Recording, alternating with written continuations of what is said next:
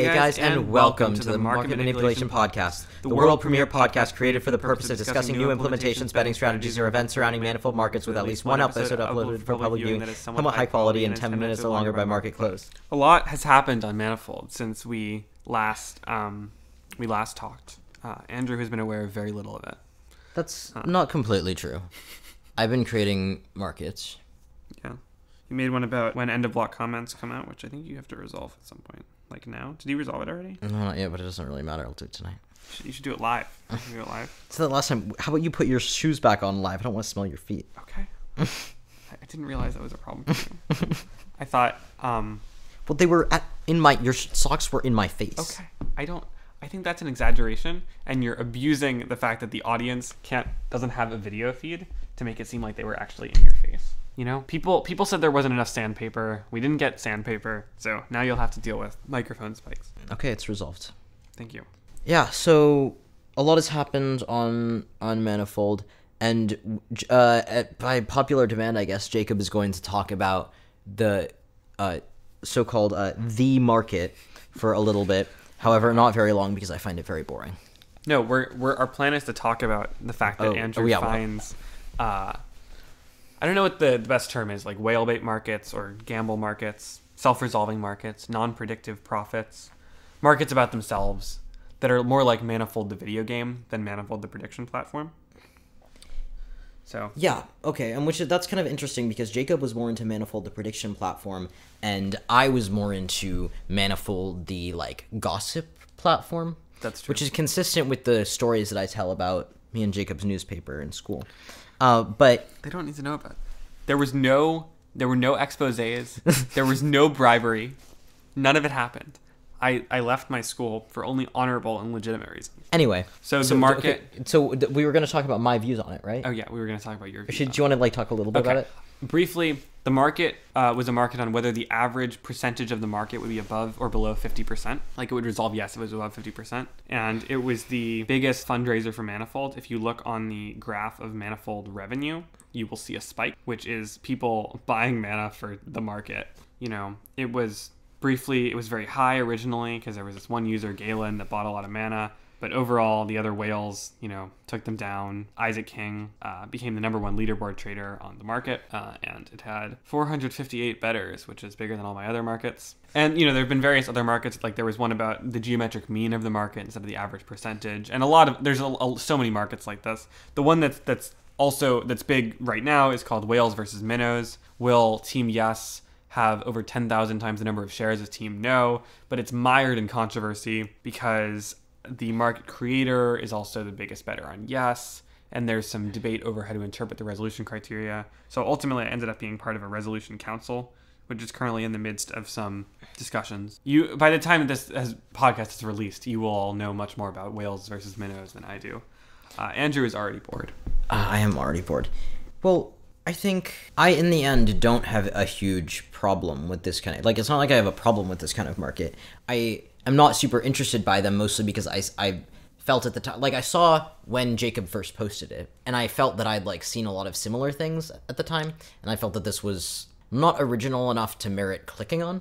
Well, I mean, it's a debate for Manifold, the company, because not everyone is the same as you. Like, some people prefer this more, and as you can see by their revenue graph, this is very effective fundraising, is their like less important markets. Challenge of like, what is the vision of Manifold supposed to be? But I definitely like in the sense of providing important predictions that actually add value to the world. Like, it doesn't necessarily add as much value, these sorts of markets, although they do add fun value. I try not to make stupid self-resolving markets. I don't really believe that.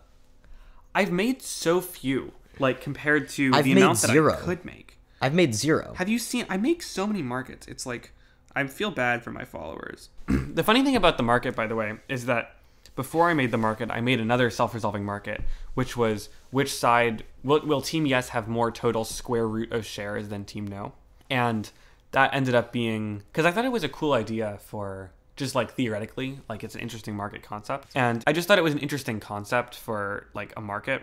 and I was curious what would happen. And it ends up being one of my most popular markets by number of traders. So it's weird because like I know it doesn't matter the number of trades you get in a market, but like if you do another level of abstraction, if I was optimizing for the most engagement in my markets, I would make a lot more self-resolving markets. Well, I don't think that's entirely true because I think engagement would drop out if you made too many. But it's something that is like popular with my audience that I haven't tapped as much because I've made the market and the square root shares one, and I made a market that would resolve in whichever way Audrey was holding shares because it was designed to and then you made her lose money. She was the one that lost money. It was very funny. I did give her bad advice, but in my defense, I didn't realize it was bad advice. Yeah, and now she has like no money on Manifold. She only lost 60 for that. No, but then she lost money for her bad investments were in other self-resolving markets. Yeah, no, I still can't believe you made her lose money on that. You're framing it in a very blaming me way. Anyway, I did make a bot. I've been playing around with the Manifold API in the last few days. No, the Manifold API, it's like you can place bets by writing code, and so like that's how Manifold bots work. And it's not as scary as I thought it was. And I made a bot called BotFlux, aka Audrey. Do you know she's number 14 on Type 4? She's ruining her life. She's doing fine. This podcast is just us gossiping about Audrey. Yeah, it's very funny. I think. Should we call her and get her as a guest? Let's first do. We were talking about something serious, but I forgot what it was. Yeah. Okay. So let's shift gears a bit and talk about the other kind of markets we're going to talk about. Oh, actually, no. First, let's talk about. Okay. A second. We're going to talk about mana grants. So I have felt like it would be a good thing for some of the like mana that I've like acquired on these like more stupid self-resolving markets to go towards actually bettering prediction on Manifold. So I depending on whether this podcast releases, you may still have time to apply. Actually, if we do it by end of April, the market correction mana grants, where I believe at least $50,000 mana in total is available. And the goal is to give it to people who will improve the accuracy of their predictions on Manifold, because I think it's really valuable to have accurate predictions for personal and world things, for personal and world affairs. And so, even though you still make a bunch of like stupid self-resolving markets. I don't make that many. Some people make more. Yeah, the audience literally is gonna you've been spamming my email. Post in the comments if you like self-resolving markets and think Andrew is being mean to them. I like the accuracy of the percentages, and that's why I'm giving away some mana, and some other funders have also agreed to help give out mana. Are you gonna give some to Audrey as a payment for messing up the market that was meant to give her money? Well, the thing is that if you look at Audrey's profit graph, you might get the impression that the percentages become less accurate, not more accurate, after Audrey bets on that. I actually thought about having my bot programming it to always bet in the opposite direction of Audrey. That would be funny. Why didn't you do that? Well, because Audrey doesn't bet. After I mentioned this, it's very exploitable. If you know it's doing this, you can just like bet badly and then like sell or not sell. No, just bet. Yeah, or you could just make a market that's like resolves yes, and then like bet a bunch on the market and then steal all the money from my bot. So it would have been very funny though. I had it bet against Audrey on the Type War market. How do you like control what it bets on? You just write code. There's like a thing in the code that you can just like make a bet on a particular market. You like basically all the things you can do in the real interface, you can do in the API. And there's just basically some code you have to paste in, and you know it's fairly intuitive. I was pleasantly surprised. Andrew, what do you think about my mana grants program? I think it's good. I think it's good. I think that I already commented on Audrey. Audrey. Successful? What it's successful? I mean, how do you define? Do you think it will actually lead to? Do you think the recipients of the grants will successfully improve the probabilities on Manifold? It's hard. I think that if you're giving money to people who don't have very much mana, right? And if you don't have very much mana, it's probably the case that you aren't very profitable. So you basically think that most of the market correction is already happening because like the people that are actually doing work correcting markets are mostly have enough mana to do it. Yes. Okay. Well, I mean, because who are the people who you've been trying to give mana to? Like Audrey, right? And you said that you don't believe that she's very profitable. That was mostly a joke. Well, if she stopped betting on self-resolving markets, she might be profitable. I think actually, if you look at her profit graph, if you like ignore one market that was self-resolving, it's positive. But like every time she would get more money, then I would hear that she would lose it. Well, it's not my fault if people bet badly. it is if you give them bad advice. I think you're staring a into my great eyes? you're a great writer. Thank you. The other thing that we wanted to talk about was times when, unlike in self-resolving markets, where the situation is that like what you're betting on is always what you believe in because there's no tie to anything that's at all important.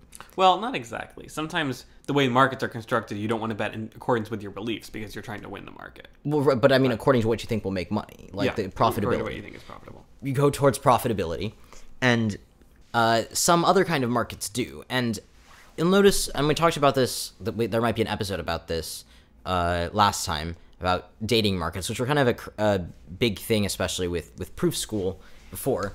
But also this is kind of related to some personal goals markets. By the way, you all should bet on, this is more like a general data. It's not like, well, there's a specific test case, but you should bet on whether I will believe in the wordplay theory of compatibility at the end of the school year.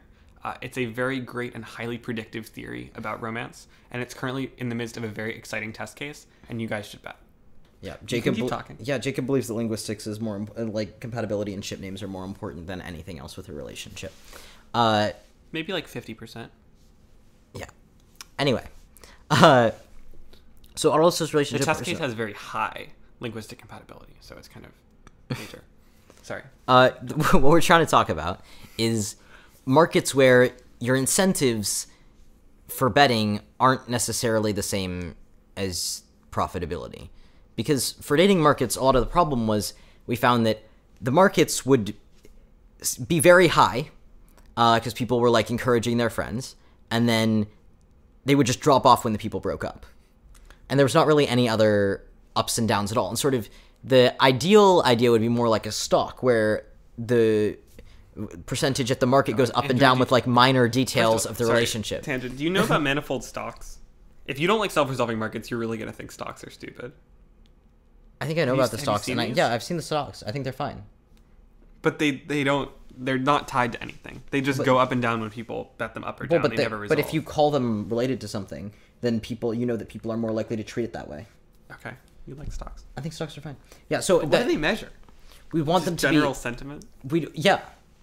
We'd want them to be more like stocks, right? Relationship stocks. Yeah. Where, people would see like the couple like having like an argument or something, the stock would go down or something like that. Like it would actually like depend on what was going on. But the problem is that people don't want to do that. And if they know, even if you tell somebody that like your relationship's going badly and they put it on Manifold, they're not a good friend. Yeah. People don't want to be mean to their friends. People don't want to like. And also it's hard to tell whether a particular argument is like actually a sign of the doom of a relationship. Well, but if it was like very highly traded. Yeah, exactly. Yeah. So people don't want to like be mean to their friends, so they don't do anything, and then it just stays really high until it gets low. And as bet no on the test case market, and like being brave enough to do that, which is interesting, and no, not interesting. That's like good. That's good. That's what we want. I mean, it's not 100%, but it's like asymptotically approaching 100%. I mean, okay, the real relationship that we all have to be forecasting is Austin and Rachel, because there's some highly liquid markets on that. Whether they will be together for 5 years or something. I think they only dated for like 6 months or something, and are now planning to get married, which was a little bit sad for my profit, but very happy for them. Jacob, would you like to marry me? I just don't think the letters are there. That's okay. I haven't figured out what we're cutting here. We'll find out. It'll whatever. Okay, let's talk about personal goal markets. Personal goal markets are another type of market where your bets may not reflect your actual beliefs. Right, because you generally bet as incentive for yourself to keep things high. And it was, going back to relationship markets for a second, it was just recommended by my brother and some other people not to bet on your own relationship markets because you never want to give yourself an incentive to stay in a relationship other than like the relationship itself. Yeah. But for the personal goals markets, you want to make bets for yourself, so you have to like kind of punish yourself if you were losing. And that's actually... The personal goals markets were the only reason I started getting halfway decent sleep again. Yeah, that's true. We both improved our sleep when it was being bet on. So as you guys know, in episode 1, it was just me. And in episode 2, it was me and Andrew. So it's very important for us that the number of people on each episode is growing linearly. So we've got a special guest joining us, guys, live from Canada. Hello, and Hello. welcome to the Market Manipulation Podcast. Yeah, hi, welcome to the podcast. We were just talking about dating markets. Oh, How about you just tell us the single most important thing you've learned from either your gambling in speculative markets or from relationship markets? firstly, don't make a manifold market about your relationship. And also don't gamble. Thank you. Very wise words. I wrote thank you and she said no. But then corrected it to no problem. All right. Oh no, we can use her. We can use her. Thank her you, clip. no is really funny. So anyway, so that was very fruitful. We got some valuable pieces of advice. Don't create a relationship market about yourself. Don't let other people create a relationship market about you, even if it's yeah. Let's talk about the real question, which is how can we most effectively sabotage Amelia's AP Bio score? Except I promise not to sabotage it, even though I have 16,000 My favorite ideas were to make flashcards or give helpful tips for terms that are just made up. Yeah. Especially you could just go through the AP music theory curriculum and look at all the fake words that they make up. That's a thing they do. Take the word they make up and then just give them fake biology definitions. Mm-hmm. and send them over, or just make really a fake biology words, attach Latin words together in weird ways. That'd be really good. Yeah, that would definitely confuse her, and then she's on the test she's like, oh, I know what this is, it's this made up term, and then she uses that and then that's wrong. Yeah, or hack on the website and change the practice test so they're just wrong. Yeah, all of these are correct. You could just be super nice and be look, I made you some flashcards, but then they're all wrong. Exactly. I think we should do that. Yeah. What are you even reading? What are you doing? They haven't given Audrey a bot tag yet. This is disgraceful. Wait, can I read the thing? Why are you reading on my shoulder? Okay. What do you mean? I was trying to read your thing.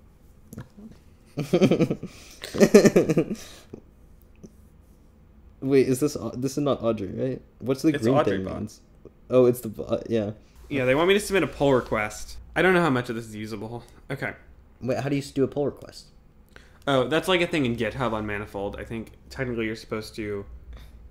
I don't know. I've never used GitHub, so maybe I'll learn what GitHub is in order to submit a pull request for Audrey bot. I'll teach you because I'm actually kind of invested in this. I want that to happen. I'm gonna. The deadline I might have already passed. Or wait, I said. Oh no, I said by the end of Wednesday, or by 9 p.m. Pacific time on Wednesday, which happens in 2 minutes. Okay. No. But the great thing is, well, actually, here's the question: Should I go home and resolve it on my computer as Audrey bot, or should I resolve it now as a trustworthy-ish user? Or actually, I could just log into that account, but I don't want to. I feel like it's in the spirit of the bot account to take all actions through the API, even when I don't need to. Should we talk about the future of this podcast? Sure, let's do it. Let's talk about the future of this podcast. This couch. You pushed it over. Don't worry about it. Okay. The future of this podcast. Yeah. Wait, shouldn't we talk about the future of this podcast first? I mean, I don't know. This was definitely more fun than last time. This was more fun than last time. We recorded it later in the day. We prepped less. So it was more fun. Yeah, we were just kind of having a conversation. We'll see if it made a better episode. Yeah, we were just two people having a conversation. Mm-hmm. Yeah. I wonder how long it will take to edit. That is something you should probably know. I'm dying busy at the moment, so it's gonna be a little bit, if that's okay. Yeah. Because just AP stuff, things like that. It's at the point where I'm trying to find time to do things, and there's just I know. Yeah. It was hard to find time to do this now. Yeah. Anyway, it's unclear whether there will be more podcasts in the future. This time we will not be foolish enough as to commit ourselves based on bribes. 30,000 mana. No, don't say that. 100,000. We'll do it for 100,000. And we might do it for less. Yeah. Maybe Jacob tends to get very bored during summers. Okay, here's the thing. We had fun making the podcasts. They were a little bit more work than we thought to do a real podcast. But we'll see in the future if we have time and motivation to do more podcasts.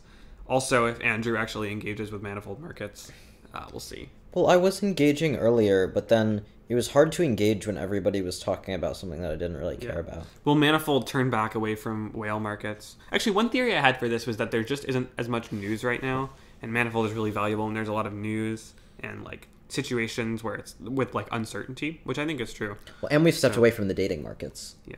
I mean, maybe it's true that like you shouldn't just have Manifold markets to have Manifold markets.